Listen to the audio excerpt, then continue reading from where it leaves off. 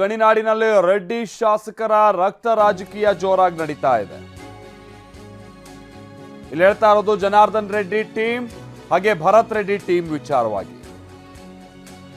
Banner ವಿಚಾರಕ್ಕೆ ಎರಡು ಗುಂಪುಗಳ ನಡುವೆ ಗುಂಡಿನ ದಾಳಿಯಾಗಿ ಹೋಗಿದೆ. ಸುಮಾರು 7ಕ್ಕೂ ಹೆಚ್ಚು ಸುತ್ತಿನ ಗುಂಡಿನ ದಾಳಿಯಾಗಿದೆ. ಖಾಸಗಿ ಗನ್ಮ್ಯಾನ್ಗಳ ಏರ್ ಫೈರ್ಗೆ ಒಬ್ಬ ಬಲಿಯಾಗಿದ್ದಾನೆ ಅನ್ನುವಂಥದ್ದು ಆರೋಪ ಕೂಡ ಕೇಳಿ ಬರ್ತಾ ಇದೆ. ಅಂದ್ರೆ ಬಲಿಯಾಗಿರುವಂಥದ್ದು ನಿಜ, ಆದರೆ ಖಾಸಗಿ ಗನ್ಮ್ಯಾನ್ಗಳ ಏರ್ ಫೈರ್ಗೋ ಪೊಲೀಸರು ಹಾರಿಸಿದ ಗುಂಡೇಟ್ಗೋ ಏನಾಗಿದೆ ಅನ್ನುವಂಥದ್ದು ಇನ್ನೂ ಸ್ಪಷ್ಟತೆ ಸಿಗ್ತಾ ಇಲ್ಲ. ಭರತ್ ರೆಡ್ಡಿ ಆಪ್ತ ಸತೀಶ್ ರೆಡ್ಡಿ ಗನ್ಮ್ಯಾನ್ಗಳು ಹಾರಿಸಿರುವಂಥ ಗುಂಡಿನಿಂದಾಗಿನೇ ಕಾಂಗ್ರೆಸ್ ಕಾರ್ಯಕರ್ತನೇ ಬಲಿಯಾಗಿದ್ದಾನೆ ಅನ್ನುವಂಥದ್ದು ಆರೋಪ.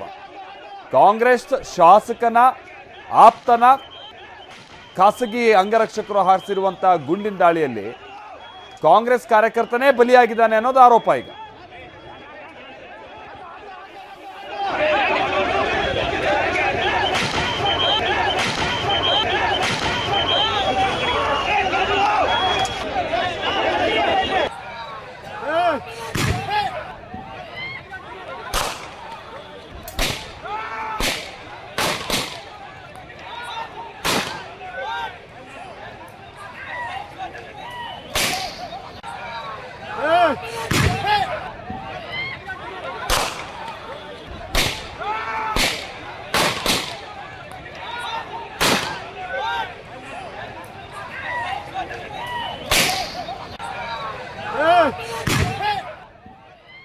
ನೋಡಿ, ಹೀಗೆ ಎಲ್ಲೋ ದೀಪಾವಳಿಲಿ ಪಟಾಕಿ ಸಿಡಿಸ್ತಂತ ರೀತಿಯಾಗಿ ಕಂಡು ಬರ್ತಾ ಇತ್ತು ಅಲ್ಲಿನ ಸನ್ನಿವೇಶ. ಆ ಮಟ್ಟಿಗೆ ಗುಂಡು ಹಾರ್ತಾ ಇದ್ದಿದ್ದು. ಹೀಗೆ ಬ್ಯಾನರ್ ವಿಚಾರವಾಗಿ ರೆಡ್ಡಿ ಶಾಸಕರ ನಡುವೆ ಮಹಾಯುದ್ಧವೇ ನಡೆದಿದೆ. ಜನಾರ್ದನ್ ರೆಡ್ಡಿ ಮನೆ ಬಳಿ ಬ್ಯಾನರ್ ಹಾಕಿದ್ದಕ್ಕೆ ರಣಾಂಗಣ ಆಯಿತು.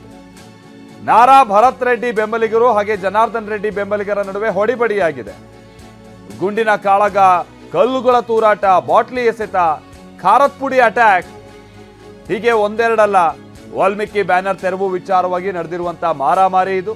ಲಾಠಿ ಚಾರ್ಜ್ ನಡೆಸಿ ಗುಂಪನ್ನ ಪೊಲೀಸರು ಚದುರಿಸಿರ್ತಾರೆ. ಆ ನಂತರದಲ್ಲೇ ತಿಳಿದು ಬರುತ್ತೆ ಓರ್ವ ವ್ಯಕ್ತಿ ಮೃತಪಟ್ಟಿದ್ದಾರೆ ಅನ್ನೋದು.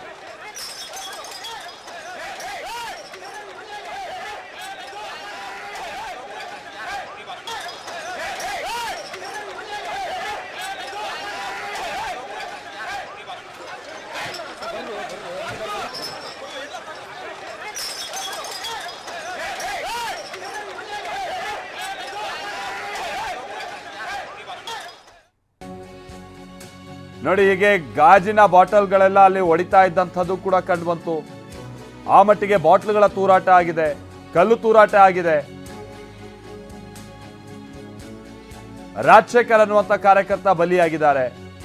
ಪರಿಸ್ಥಿತಿ ನಿಯಂತ್ರಣಕ್ಕೆ ಬಾರದೇ ಇದ್ದಂತಹ ಸಂದರ್ಭದಲ್ಲಿ ಪೊಲೀಸರು ಕೂಡ ಫೈರಿಂಗ್ ಮಾಡಿದ್ದಾರೆ. ಗುಂಡುಗಳ ಹಾರ್ತಾ ಇದ್ದ ಹಾಗೆ ಜನ ಎದ್ನೋ ಬಿದ್ನೋ ಅಂತ ಓಡಿದ್ದಾರೆ. ಜನಾರ್ದನ್ ರೆಡ್ಡಿ ಅವರ ನಿವಾಸದ ಮೇಲೂ ಕೂಡ ಕಲ್ಲು ತೂರಾಟ ಆಗಿದೆ ಅನ್ನುವಂಥದ್ದು ಆರೋಪ. ನಿಮ್ಗೆ ಗೊತ್ತಿರ್ಬೋದು, ಜನಾರ್ದನ್ ರೆಡ್ಡಿ ಹಾಗೆ ಶ್ರೀರಾಮುಲು ಅವರ ನಿವಾಸ ಅಕ್ಕಪಕ್ಕದಲ್ಲೇ ಇರುವಂಥ ಮನೆಗಳು. ಜನಾರ್ದನ್ ರೆಡ್ಡಿ ಅವರ ಮನೆ ಬಳಿ ಈ ರೀತಿಯಾಗಿ ಗಲಾಟೆ ಶುರುವಾದಂಥ ಸಂದರ್ಭದಲ್ಲಿ ಶ್ರೀರಾಮುಲು ಕೂಡ ಸ್ಥಳಕ್ಕೆ ಬಂದಿದ್ದಾರೆ. ಅಲ್ಲೂ ಕೂಡ ನೂಕಾಟ ತಳ್ಳಾಟ ಬಹಳ ಆಗಿದೆ. ಇನ್ಫ್ಯಾಕ್ಟ್ ಆ ಟೈಮ್ನಲ್ಲಿ TV9 ಜೊತೆಗೆ ಶ್ರೀರಾಮುಲು ಅವರು ಮಾತನಾಡಿದ್ರು ನಿನ್ನೆ ರಾತ್ರಿ.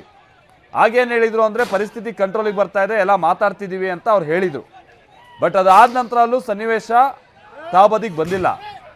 ಯಾವ ಮಟ್ಟಿಗೆ ಅಂತ ಅಂದರೆ, ಇನ್ನೂ ಹೆಚ್ಚಿನ ಗುಂಡುಗಳು ಹಾರಿದೆ, ಕಲ್ಲು ತೂರಾಟ ಹೆಚ್ಚಾಗಿದೆ. ಈ ಸಂದರ್ಭದಲ್ಲಿ ಓರ್ವ ವ್ಯಕ್ತಿ ಮೃತಪಟ್ಟಿದ್ದಾರೆ.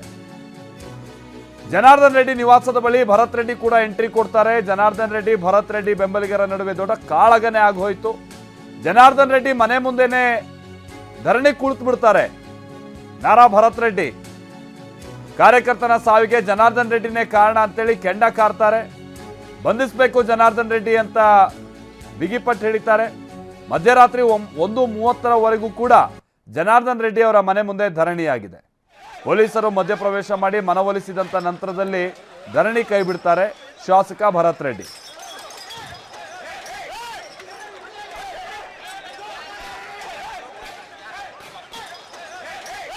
ಮೊದಲೇ ಹೇಳಿದಾಗೆ ಇಷ್ಟೆಲ್ಲ ಆರಂಭ ಆದಂಥದ್ದು ವಾಲ್ಮೀಕಿ ಪುತ್ಥಳಿ ಅನಾವರಣ ಕಾರ್ಯಕ್ರಮಕ್ಕೆ ಸಂಬಂಧಪಟ್ಟ ಹಾಗಿನ ಬ್ಯಾನರ್ಗಳನ್ನು ಹಾಕುವಂಥ ವಿಚಾರವಾಗಿ.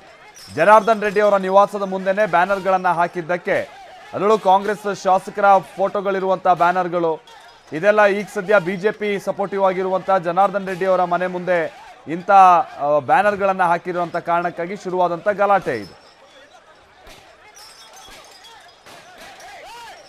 ಹೇಳಿ ಕೇಳಿ ಬಳ್ಳಾರಿ ರೆಡ್ಡಿಗಳ ಹಿಡಿತದಿಂದ ಕೈತಪ್ಪ ಹೋಗ್ಬಿಟ್ಟಿದೆ ಅನ್ನುವಂಥ ರೀತಿಯಾದಂಥ ಸನ್ನಿವೇಶ ಇತ್ತು. ಅದಕ್ಕೆ ತಕ್ಕಾಗೆ ಈ ಬಾರಿ ಬಳ್ಳಾರಿಯ ಒಟ್ಟು ಕ್ಷೇತ್ರಗಳಲ್ಲಿ ಕಾಂಗ್ರೆಸ್ ಗಳಿಸಿದಂಥ ಗೆಲುವುಗಳು, ಜೊತೆಗೆ ಬಳ್ಳಾರಿ ಟೌನ್ ಕಾನ್ಸ್ಟಿಟ್ಯೂನ್ಸಿಗೆ ಸಂಬಂಧಪಟ್ಟಾಗೇನೂ ಕೂಡ ಜನಾರ್ದನ್ ರೆಡ್ಡಿ ಅವರ ಸಹೋದರ, ಜನಾರ್ದನ್ ರೆಡ್ಡಿ ಅವರ ಪತ್ನಿ ಎದುರು ಬದಲಾಗಿ ಈ ಬಾರಿ ನಿಂತಿದ್ರು. KRPP-ಯಿಂದ ಅವರ ಪತ್ನಿ, ಜನಾರ್ದನ್ ರೆಡ್ಡಿ ಅವರ ಪತ್ನಿ, ಜೊತೆಗೆ ಈ ಕಡೆಯಿಂದ ಸಹೋದರ. ಬಟ್ ಇಬ್ಬರನ್ನ ಮೀರಿ ಇಬ್ರು ಜಗಳದಲ್ಲಿ ಮೂರನೇವ್ರು ಲಾಭ ಮಾಡ್ಕೊಂಡಿದ್ದು ಅಂತ ಅಂದ್ರೆ ಭರತ್ ರೆಡ್ಡಿ. ಈಗ ಗಲಾಟೆಗಳು ರೆಡ್ಡಿ ವರ್ಸಸ್ ರೆಡ್ಡಿ ಅನ್ನುವಂಥ ಸನ್ನಿವೇಶ ಇದೆ. ಈ ಕಾರಣಕ್ಕಾಗಿನೇ ನೋಡಿ, ಈಗ ಅಕ್ಕಪಕ್ಕದ ಜಿಲ್ಲೆಗಳಲ್ಲೂ ಕೂಡ ಹೆಚ್ಚಿನ ಪೊಲೀಸರು ನಿಯೋಜನೆ ಮಾಡೋದು, ಹೈ ಅಲರ್ಟ್ ಈ ಥರದ್ದೆಲ್ಲ ಕಂಡು ಬರ್ತಾ ಇದೆ. ರಾಯಚೂರು, ಕೊಪ್ಪಳ, ಬಳ್ಳಾರಿ ಭಾಗದಲ್ಲೆಲ್ಲ. ವಿನಾಯಕ್ ನಮ್ಮ ಪ್ರತಿನಿಧಿ ಇದಕ್ಕೆ ಸಂಬಂಧಪಟ್ಟಂಗೆ ಮತ್ತಷ್ಟು ಡೀಟೇಲ್ಸ್ ಅನ್ನ ಕೊಡ್ತಾರೆ. ನಮ್ಮ ಜೊತೆಗೆ ನೇರ ಸಂಪರ್ಕದಲ್ಲಿ ಜಾಯಿನ್ ಆಗ್ತಾ ಇದ್ದಾರೆ. ವಿನಾಯಕ್, ಈಗಿನ ಸದ್ಯದ ಸನ್ನಿವೇಶ ಹೇಗಿದೆ ವಿನಾಯಕ್? ಹೇಳಿ ಕೇಳಿ ಬಹಳ ಸೂಕ್ಷ್ಮವಾದಂಥ ಸನ್ನಿವೇಶ ಅಲ್ಲಿ ನಿರ್ಮಾಣ ಆಗಿತ್ತು. ಈಗ ಮತ್ತೆ ಬಿಜೆಪಿ ಕಾರ್ಯಕರ್ತರು ರಸ್ತೆಗಿಳಿಯೋದು, ಕಾಂಗ್ರೆಸ್ ಕಾರ್ಯಕರ್ತರು ರಸ್ತೆಗಿಳಿಯೋದು, ಈ ಥರದ್ದೆಲ್ಲ ಇವತ್ತು ಆಗುವಂಥ ಚಾನ್ಸಸ್ ಇದೆ ಅಂತಲೂ ಕೂಡ ಹೇಳಲಾಗ್ತಾ ಇದೆ. ಓವರ್ ಟು ಯು ವಿನಾಯಕ್, ಏನಾಗ್ತಿದೆ ಅಲ್ಲಿ? ಖಂಡಿತ ಮಾಲ್ತೇಶ, ಏನು ವಾಲ್ಮೀಕಿ ಪುತ್ಥಳಿ ಅನಾವರಣ ನಿಮಿತ್ತ ಏನು ಕಾರ್ಯಕ್ರಮ ನಡೀತಾ ಇತ್ತು, ಅದಕ್ಕೆ ಸಂಬಂಧಪಟ್ಟಂತೆ ಜನಾರ್ದನ್ ರೆಡ್ಡಿಯ ಮನೆ ಮುಂಭಾಗದಲ್ಲಿ ಒಂದು ಬ್ಯಾನರನ್ನು ಅಳವಡಿಕೆ ಮಾಡಲಿಕ್ಕೋಸ್ಕರ ವಾಲ್ಮೀಕಿ ಮುಖಂಡರು ಅಂದರೆ ಭರತ್ ರೆಡ್ಡಿ ಬೆಂಬಲಿಗರು ಬಂದಿರ್ತಾರೆ. ಆ ಸಂದರ್ಭದಲ್ಲಿ ಜನಾರ್ದನ್ ರೆಡ್ಡಿ ಅವರು ಕೂಡ ಅವರಿಗೆ ನಮ್ಮ ಮನೆ ಮುಂದುಗಡೆ ಯಾವುದೇ ಕಾರಣಕ್ಕೂ ಏನು ಸಂಬಂಧಪಟ್ಟಂಥ ಬ್ಯಾನರ್ಗಳನ್ನು ಅಳವಡಿಕೆ ಮಾಡಬಾರ್ದು ಅನ್ನೋ ಕೂಡ ಹೇಳಿರ್ತಾರೆ. ಆದರೂ ಕೂಡ ಅವರು ಏನು ಒಂದು ರೀತಿ ಈಗೋ ಪ್ರಶ್ನೆ ಬರುತ್ತೆ, ನಾನು ಹೆಚ್ಚು ಅನ್ನೋದು ಒಂದು ರೀತಿ ಈಗೋ ಪ್ರಶ್ನೆ ಬರುತ್ತೆ. ಹೀಗಾಗಿ ಭರತ್ ರೆಡ್ಡಿ ಬೆಂಬಲಿಗರು ಬಂದು ನಾವು ಅಳವಡಿಕೆ ಮಾಡ್ತೇವೆ ಅಂತ ಹೇಳಿ ಆ ಬ್ಯಾನರ್ನ ಅಳವಡಿಕೆ ಮಾಡ್ತಾರೆ. ನಂತರದಲ್ಲಿ ಜನಾರ್ದನ್ ರೆಡ್ಡಿ ಅವರ ಬೆಂಬಲಿಗರು ಬಂದು ಆ ಬ್ಯಾನರ್ನ ಕಿತ್ತಾಕ್ತಾರೆ. ಅಲ್ಲಿಂದ ಸ್ಟಾರ್ಟ್ ಆಯಿತು. ಎರಡು ಗುಂಪುಗಳ ನಡುವೆ ಸಾಕಷ್ಟು ರೀತಿಯಾಗಿರ್ತಕ್ಕಂಥ ಕಲ್ಲು ತೂರಾಟ, ವಾಗ್ವಾದ ನಡೀತೆ ಗಮನಿಸಬಹುದು. ನಾನು ಜನಾರ್ದನ್ ರೆಡ್ಡಿ ಅವರ ಮನೆ ಮುಂಭಾಗದಲ್ಲಿದ್ದೀನಿ. ಇಲ್ಲಿ ಒಂದು ಕಬ್ಬಿಣದ ಒಂದು ಗೇಟ್ ಇತ್ತು, ಅದು ಕೂಡ ಸಂಪೂರ್ಣವಾಗಿ ಕಿತ್ತು ನೆಲಕ್ಕೆ ಬಿದ್ದಿರುವಂಥದ್ದು. ಅಂದರೆ ನಿನ್ನೆಯ ನಡೆದಿರ್ತಕ್ಕಂತಹ ಘಟನಾ ವ್ಯವಸ್ಥೆ ಯಾವ ರೀತಿ ಗಂಭೀರತೆ ಪಡ್ಕೊಂಡಿತ್ತು, ಯಾವ ರೀತಿ ತೀವ್ರವಾಗಿತ್ತು ಅನ್ನೋದಕ್ಕೆ ಇದು ಪ್ರತ್ಯಕ್ಷ ಸಾಕ್ಷಿ ಆಗ್ತಾ ಇದೆ. ಅಂದರೆ ಇದು ಜನಾರ್ದನ್ ರೆಡ್ಡಿ ಅವರ ಮನೆ ಮುಂಭಾಗದಲ್ಲಿ ಆಗಿರುವಂಥದ್ದು. ದೊಡ್ಡ ದೊಡ್ಡ ಕಲ್ಲುಗಳು ಬಂದು ಬೀಳ್ತವೆ, ದೊಣ್ಣೆಗಳಿಂದ ಬಡದಾಟಗಳು ಸ್ಟಾರ್ಟ್ ಆಗ್ತವೆ. ಸಾಕಷ್ಟು ರೀತಿಯಾಗಿರ್ತಕ್ಕಂತಹ ಆ ಗುಂಪನ್ನು ಚದುರಿಸುವ ನಿಟ್ಟಿನಲ್ಲಿ ಪೊಲೀಸರು ಕೂಡ ಸಾಕಷ್ಟು ಲಾಠಿ ಚಾರ್ಜ್ ಅನ್ನ ಮಾಡ್ತಾರೆ. ಆದರೂ ಕೂಡ ಯಾವುದು ಕೂಡ ಹತೋಟಿಗೆ ಬರಲ್ಲ. ಹೀಗಾಗಿ ಏನು ಗಲಾಟೆ ಹೆಚ್ಚಾಗ್ತಾ ಹೋದಂತೆ ಭರತ್ ರೆಡ್ಡಿ ಅವರ ಬೆಂಬಲಿಗ ಏನು ಸತೀಶ್ ರೆಡ್ಡಿ ಅವರ ಖಾಸಗಿ ಗನ್ಮ್ಯಾನ್ಗಳು ಫೈರಿಂಗ್ ಅನ್ನ ಮಾಡ್ತಾರೆ. ಅಂದ್ರೆ ಫೈರಿಂಗ್ ಮಾಡಿರ್ತಕ್ಕಂಥ ಸ್ಥಳವನ್ನು ಕೂಡ ನಾನು ತೋರಿಸ್ತಾ ಹೋಗ್ತೀನಿ. ಇಲ್ಲಿ ಕಾಣ್ತಾ ಇರುವಂತ ರಸ್ತೆ ಮೇಲ್ಗಡೆ ಇಲ್ಲಿ ಪ್ರಮುಖವಾಗಿ ಸತೀಶ್ ರೆಡ್ಡಿ ಅವರ ಗನ್ಮ್ಯಾನ್ಗಳಿಂದ ಹೇಳಿದ್ದಾರೆ. ಅವರು ಫೈರಿಂಗ್ ಅನ್ನ ಮಾಡಲಿಕ್ಕೆ ಸ್ಟಾರ್ಟ್ ಮಾಡ್ತಾರೆ. ಸುಮಾರು 4 ಸುತ್ತು ಏರ್ ಫೈರಿಂಗ್ ಅನ್ನು ಮಾಡ್ತಾರೆ. ಆ ಸಂದರ್ಭದಲ್ಲಿ ಮತ್ತಷ್ಟು ಅದು ಆಕ್ಚುಲಿ ಕಡಿಮೆ ಆಗಬೇಕಾಗಿತ್ತು ಘಟನೆ, ಅಂದ್ರೆ ಗಲಾಟೆ ಕಡಿಮೆ ಆಗ್ತಾ ಹೋಗಬೇಕಾಗಿತ್ತು. ಆದರೆ ಅಲ್ಲಿಂದ ಮತ್ತಷ್ಟು ತೀವ್ರತೆಯನ್ನು ಪಡ್ಕೊಳ್ಳುತ್ತೆ. ನಾವೇನು ಕಡಿಮೆ ಹೇಳಿ ಜನಾರ್ದನ್ ರೆಡ್ಡಿ ಅವರ ಬೆಂಬಲಿಗರು ಅವರು ಕೂಡ ಕಲ್ಲನ್ನು ತೂರಾಡ್ತಾರೆ. ಜೊತೆಗೆ ಏನು ಕಾಡದ ಪುಡಿನ ಎರಚಕ್ಕೆ ಸ್ಟಾರ್ಟ್ ಮಾಡ್ತಾರೆ. ಲಾಂಗು ಮಚ್ಚುಗಳನ್ನು ಹಿಡ್ಕೊಂಡು ಏನು ಅಲ್ಲಿ ಕೂಡ ಹಲ್ಲೆ ಮಾಡಲಿಕ್ಕೆ ಮುಂದೆ ಬರ್ತಾರೆ. ಆ ಸಂದರ್ಭದಲ್ಲಿ ಪೊಲೀಸರು ಕೂಡ ಸಾಕಷ್ಟು ಹರಸಾಹಸ ಪಡುವ ಮೂಲಕವಾಗಿ ಅದನ್ನ ಘಟನಾ ಸ್ಥಳವನ್ನು ತಿಳಿಗೊಳಿಸಲಿಕ್ಕೆ ಪ್ರಯತ್ನ ಮಾಡ್ತಾರೆ. ಆ ಸಂದರ್ಭದಲ್ಲಿ ನೇರವಾಗಿ ಕಾಂಗ್ರೆಸ್ ಕಾರ್ಯಕರ್ತ ರಾಜಶೇಖರ್ ಅವರ ಏನು ಬೆನ್ನಿಗೆ ಗುಂಡು ಬೀಳುತ್ತೆ. ಗುಂಡು ಬಿದ್ದ ನಂತರದಲ್ಲಿ ಗುಂಡು ಬಿದ್ದ ಪ್ರತ್ಯೇಕ ಸ್ಥಳವನ್ನು ನಾನು ತೋರಿಸ್ತಾ ಹೋಗ್ತೀನಿ, ಗಮನಿಸಬಹುದು. ಇದೇ ಸ್ಥಳದಲ್ಲಿ ಕಾಂಗ್ರೆಸ್ ಕಾರ್ಯಕರ್ತ ರಾಜಶೇಖರ್ ಅವನಿಗೆ ಬೆನ್ನಿಗೆ ಗುಂಡು ಬೀಳುವಂಥದ್ದು. ಗುಂಡು ಬಿದ್ದಿರುತ್ತ ಉದ್ದೇಶಕ್ಕೆ ಪೂರಕವಾಗಿಯೇ ಬಿಜೆಪಿಯವರು ಗುಂಡು ಹೊಡಿಸಿದ್ದಾರೆ ಅನ್ನೋದನ್ನ ಆರೋಪ ಭರತ್ ರೆಡ್ಡಿ ಅವರು ಮಾಡ್ತಾ ಇದ್ದಾರೆ.